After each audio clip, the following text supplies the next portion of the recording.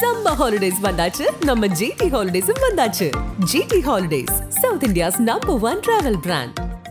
ஐயா வணக்கம்.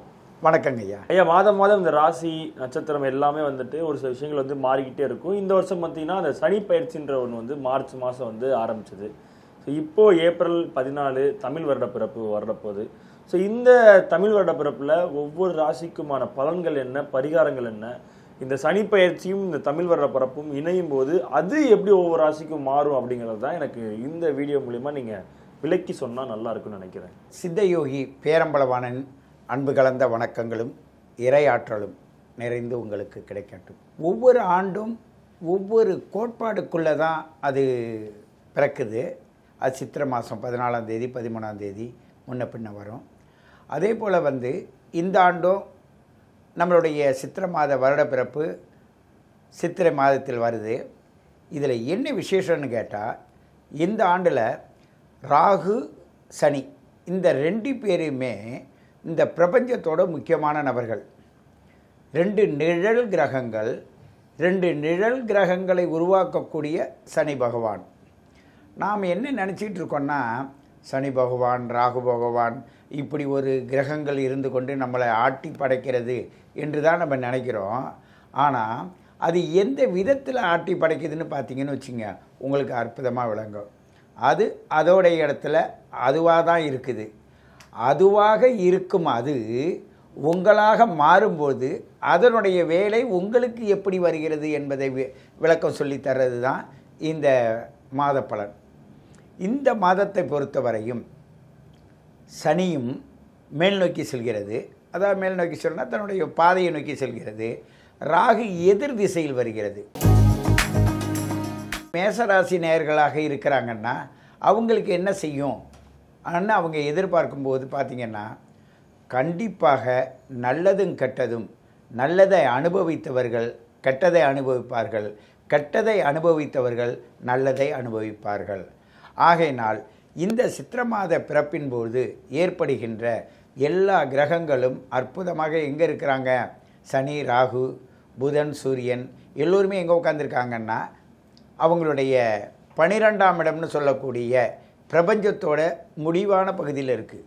இந்த பிரபஞ்சத்துக்கே ஒரு முடிவை தேடித்தரக்கூடிய காலத்துக்குள்ளே நம்ம இருப்பதனால் உங்களுடைய உள் உணர்வானது, மேசராசிக்காரர்களுடைய உள் உணர்வானது எப்படி இருக்குன்னா, ஒரு சாரர் 30 வயது 60 வயது 60 வயதுக்கு மேற்பட்டவர்களாக 3ஆக பிரித்து உங்கள் பலனை நீங்கள் புரிஞ்சிக்கிங்க. அதில் கேது சுக்கிரன் சூரியன் என்ற 3ஆக பிரித்து யாரெல்லாம் மேஷராசியில் கேதுவின் சாரத்தில் பிறந்தீர்களோ, சுக்கிரன் சாரத்தில் பிறந்தீர்களோ, இல்லை சூரியன் சாரத்தில் பிறந்தீர்களோ அந்த அவரவர்களுக்கு என்ன நடக்கும். இப்போ கேதுவுக்கு சனியும் ராகுவும் என்ன பண்ணுவாங்க, ஒன்றுக்கொன்று எதிரும் புதிருமாக இருக்கிறதுனால அப்படிப்பட்டவருக்கு இந்த மேஷராசி நேயர்கள் எப்படி இருப்பாங்கன்னா, யார் சொன்னாலும் கேட்க மாட்டாங்க. இவங்களும் சரியான முடிவு எடுக்க மாட்டாங்க. முடிவு எடுக்காமல் கேட்காமல் அவதிக்கு ஆளாகின்ற காலம்தான் இந்த சித்திரை மாதம். ஆகையினால் அவங்க என்ன செய்யணும், அவங்க அனாவசியமாக அதிக விஷயத்தை பேசும்போதோ உணரும்போதோ தேவையில்லாத விஷயத்தை பேசாமல் தன்னைத்தானே பக்குவப்படுத்தி கொண்டால் இவர்களுக்கு அவருடைய இரத்த ஓட்டமானது சரியான நிலையில் இருக்கும். 60 வயசை கடந்தவங்களாக இருந்தால் நோய்வாய்ப்படுவதற்கு வாய்ப்பு இருக்குது, திடீர்னு கீழே விழுவதற்கு வாய்ப்பு இருக்குது. அவங்களுடைய கால் தடுமாற்றத்தின் மூலமாக அவங்களுடைய சிந்தையில் வச்ச இடத்த விட்டு வேறு இடத்துல தேடிக்கிட்டு இருக்கிற சம்பவங்களும் ஏற்படுவதனால் வீட்டில் சண்டை வரும். வீட்டில் ஒருவர் போராட வேண்டிய சூழ்நிலை வரும். அந்த நேரத்தில் இந்த மேசராசி நேயர்கள் என்ன பண்ணணும்னா, அமைதியாக போகணுமே தவிர அங்கே போய் விளக்கம் சொல்லக்கூடாது. விளக்கம் சொன்னால் மாட்டிக்குவீங்க, வீட்டில் ஒரே ரகல் நடக்கும். சரியா, அதுக்கு என்ன பண்ணலாம், யார் யார் எங்கே இருக்கிறீர்களோ அந்த இடத்திற்கு அருகாமையில் நம் மூதாதையர்கள் என்ன பண்ணியிருக்காங்கன்னா ஒரு முருகன் கோவில் வச்சுருக்காங்க. அந்த முருகன் கோயிலுக்கு போகும்போது இந்த சித்திரை மாதம் அற்புதமான மாதம்.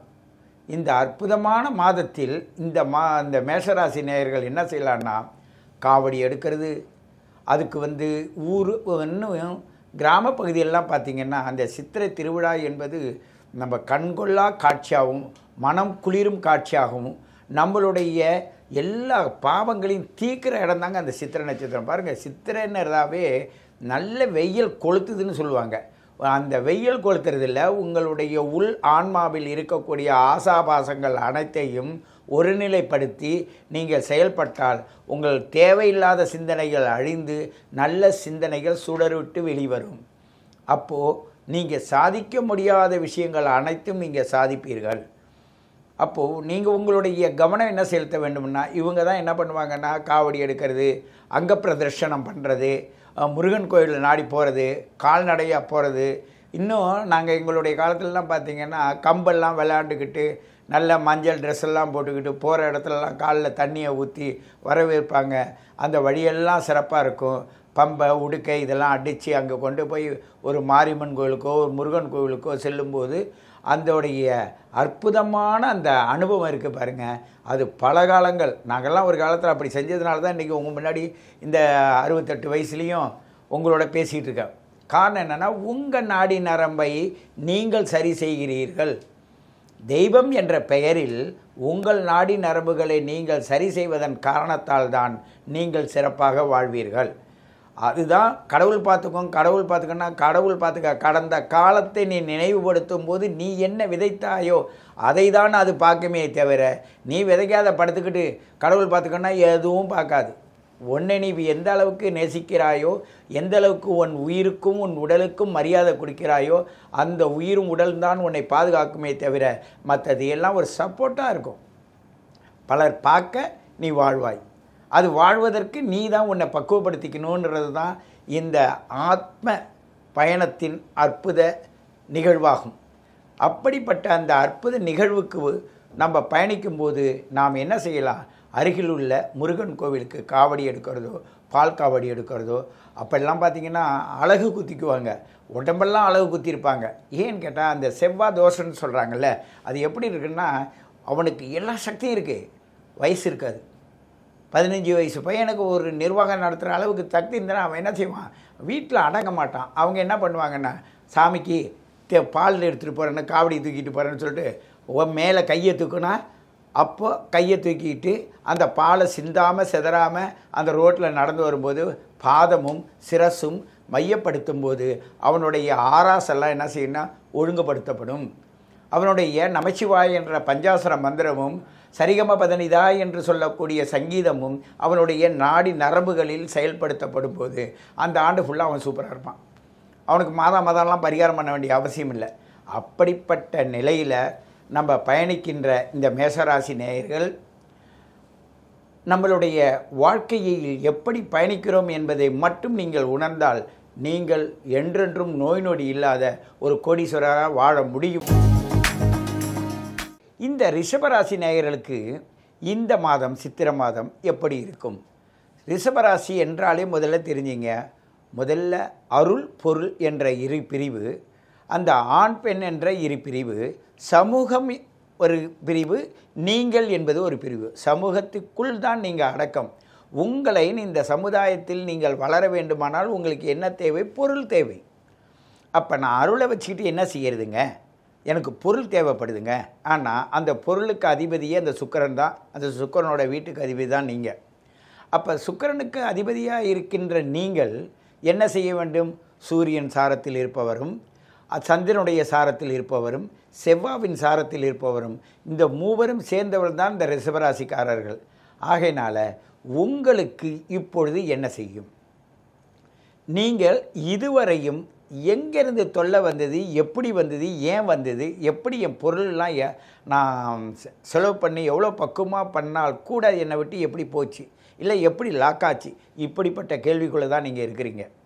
அப்படிப்பட்ட உங்களுக்கு இன்று சனியும் ராகும் சேர்ந்து கொண்டு உங்களுடைய பொருளாதாரத்தை எப்படி கொடுக்கும்னா, நீங்கள் நினைச்சபடி நடக்காது, நீங்கள் நினைக்காத அளவுக்கு கொடுக்கும். அதுக்கு உங்கள் 30 வயதுக்குள் உங்களுடைய கர்மா, உங்களுடைய ஜாதக விதி எப்படி இருக்கோ அப்படி எடுக்கும்.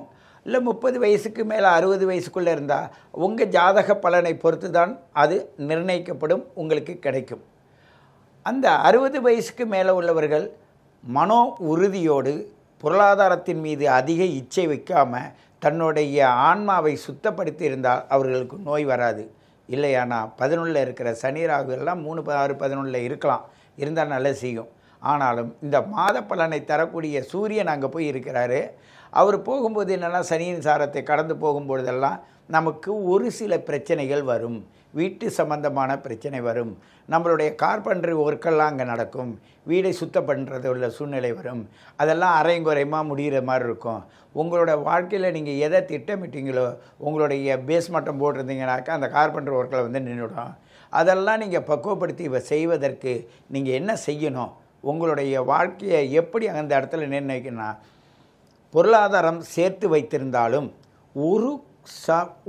ஒரு குறிப்பிட்ட அந்த பணத்தை ஒரு பேங்கில் டெபாசிட் பண்ணிவிடுங்க. டெபாசிட் பண்ணிவிட்டு அந்த பணத்தை திருப்பி நீங்கள் என்னன்னாக்கா லோன் மாதிரி எடுங்க. யார் பணத்தை? உங்கள் பணத்தை நீங்கள் லோன் மாதிரி எடுங்க. அதுக்கு பிறகு வீடு கட்டுங்க. ஏன்னு கேட்டால் கடன் வாங்கணுன்ற ஒரு தலையெழுத்து வந்துடும். அந்த கடனை உங்கள் கையில் பொருள் இருக்குது, நான் கடன் வாங்கலிங்க, என்கிட்ட பொருள் இருக்குது, நான் வீடு கட்டணும்னு சொன்னாலும் கூட அதை ஃபிக்ஸட் டெபாசிட்டில் போட்டு ஒரு அசட்டாக வச்சுட்டு அதை கடனாக வாங்கி நீங்கள் செஞ்சு பாருங்கள். அசட்டுக்கு அசட்டும் பாதுகாக்கப்படும். இதுவும் உங்களுக்கு ஒரு பலனை தரும். அதுதான் ரெமடி இந்த மாதத்தில். அப்படி நீங்கள் செஞ்சு பார்த்தால் உங்களுடைய வீடு வாசல் கட்டுறது, வீட்டில் சுபகாரியங்கள் செய்கிறது, மற்றபடி உங்களுடைய தாய் தந்தையருக்கு முதல்ல இந்த ரிஷபராசி நேயர்கள் மாத்திரம் ஒன்றுக்கு என்ன செய்யணும்னா, தாய் தந்தையருக்கு மரியாதை கொடுக்கணும். அந்த மரியாதை கொடுக்குற அளவுக்கு அவங்க பிறக்கும்போது என்ன விதி எடுத்து வந்தார்களோ அந்த விதியின் பிரகாரம் தான் அவங்க செய்வாங்க. சூரியனோட ராகு இருந்தாலோ இல்லை சந்திரனோட ராகு இருந்தாலோ, அவங்கவுங்க ஜாதகத்தை பாருங்கள். சூரியனோட ராகு இருந்தாலும் சந்திரனோட ராகு இருந்தாலும் செவ்வாயோட ராகு இருந்தாலும் நீங்கள்லாம் அவதிப்படுற விதம் வித்தியாசமாக இருக்கும். அது உங்கள் ஜாதகத்தை கொடுத்து கேட்கும்போதோ இல்லை உங்கள் date of birth, time of birth, place of birth கொடுத்து கேட்கும்போது அப்படியே தத்துரமாக எடுத்து சொல்லும்போது பார்த்தீங்கன்னா உங்களுடைய மனசில் பிரச்சனையா, இல்லை உங்கள் உடலில் பிரச்சனையா, இல்லை உங்கள் நாடி நரம்புகளில் பிரச்சனையா, சொத்து சுகத்தின் மீது பிரச்சனையா, இப்படி பொருளாதாரத்தை சார்ந்த எந்த பிரச்சனை என்பது உங்களுடைய பிறப்பு எந்த காலத்தில் எடுத்தீர்களோ அதை பொறுத்து தான் உங்களுக்கு தெளிவாக கூற முடியுமே தவிர பொது விதியின்படி உங்களுக்கு பழைய பிரச்சனைகள் குறையும், புது பிரச்சனை உருவாகும். அந்த புது பிரச்சனையும் பழைய பிரச்சனையும் உருவாகிற நிலைமையில் இருக்கிறதுனால நீங்கள் எந்த முடிவும் எடுக்க முடியாத நிலையில் இப்பொழுது இருப்பீங்க. அப்படிப்பட்ட ரிஷபராசி நேயர்கள் இந்த காலத்தில் எப்படி நம்ம வாழணும் ஆன்னு கேட்டால், அருகாமையில் ஏதாவது தாமரை குளம் இருந்ததுன்னா அந்த தாமரை பூவை எடுத்து அதை ஒரு மாலையாக தொகுத்து அருகாமையில் இருக்கிற மகாலட்சுமி கோவில்லையோ இல்லை மகாவிஷ்ணு கோவில்லையோ அதை கொண்டு போய் போடுங்க. சரஸ்வதி கோவிலில் போடுங்க. அப்படியே அந்த கோவிலில் இருக்கிற அந்த சிலைக்கு நீங்கள் அதை கொண்டு போய் கொடுக்க போகும்போது பார்த்தீங்கன்னா உங்களுடைய மனோநிலை அதுக்கு தகுந்தாற்போல் மாறும். அப்பொழுது உங்களுடைய குணமும் மனமும் சேர்ந்து உங்களை அற்புதமான நிலைக்கு எடுத்து செல்லும் என்பதை கூறிக்கொண்டு உங்களை மீண்டும் சந்திக்கிறேன். உங்கள் சித்தயோகி பேரம்பளவானான். சம்மர் ஹாலிடேஸ் வந்தாச்சு, நம்ம ஜிடி ஹாலிடேஸும் வந்தாச்சு. GT holidays, south India's number 1 travel brand.